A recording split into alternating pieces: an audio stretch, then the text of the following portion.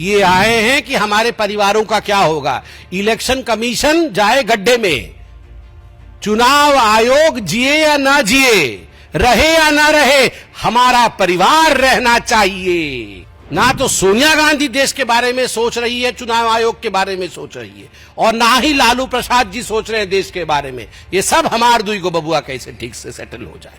जैसा atom bomb Pakistan का, वैसा ही एटम बम इनका।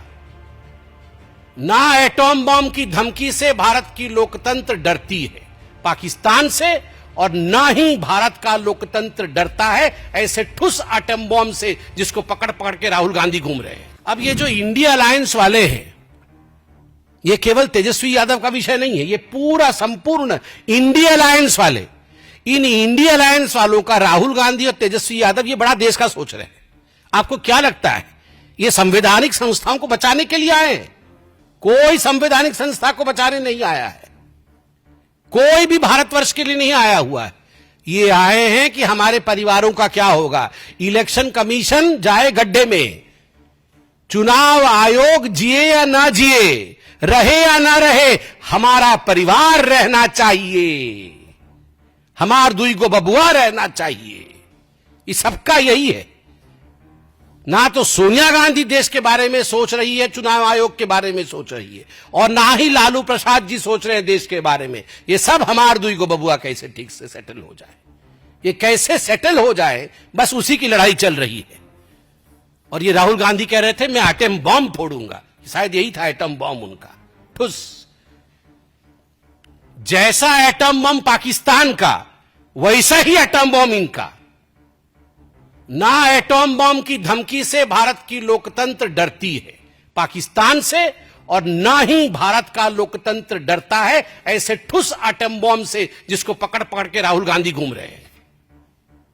और जहां तक एसआईआर का विषय है, जो भी चुनावी प्रक्रिया संवैधानिक प्रक्रिया से गुजरती है, कोर्ट की निगरानी से गुजरी है।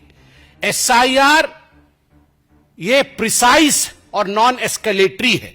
ये प्रिसाइज है, किसकी मृत्यु हो गई उसको हटाना है, किसके दो दो एपिक कार्ड है काटना है, कौन चला गया उसको हटाना है, कोई जोड़ना चाहता है जुड़ जाओ भैया।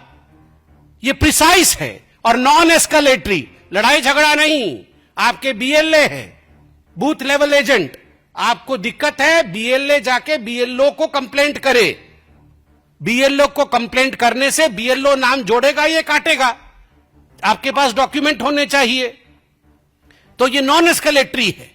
मगर कल जिस प्रकार से एस्केलेट करने की कोशिश की गई एटॉम बॉम्ब लेकर, अगर एस्केलेट करोगे तो अपने ही घर के अंदर के एयरबेस ध्वस्त होंगे।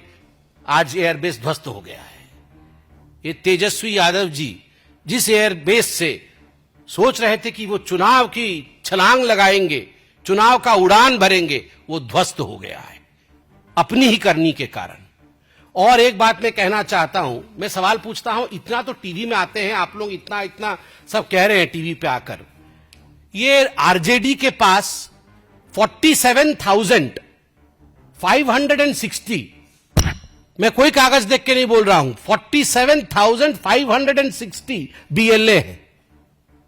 एक बीएलए ने अभी 3 दिन हो गए कोई कंप्लेंट भरा है जाके कि भैया ये आदमी तो जीवित है, इसका नाम आपने क्यों काट दिया?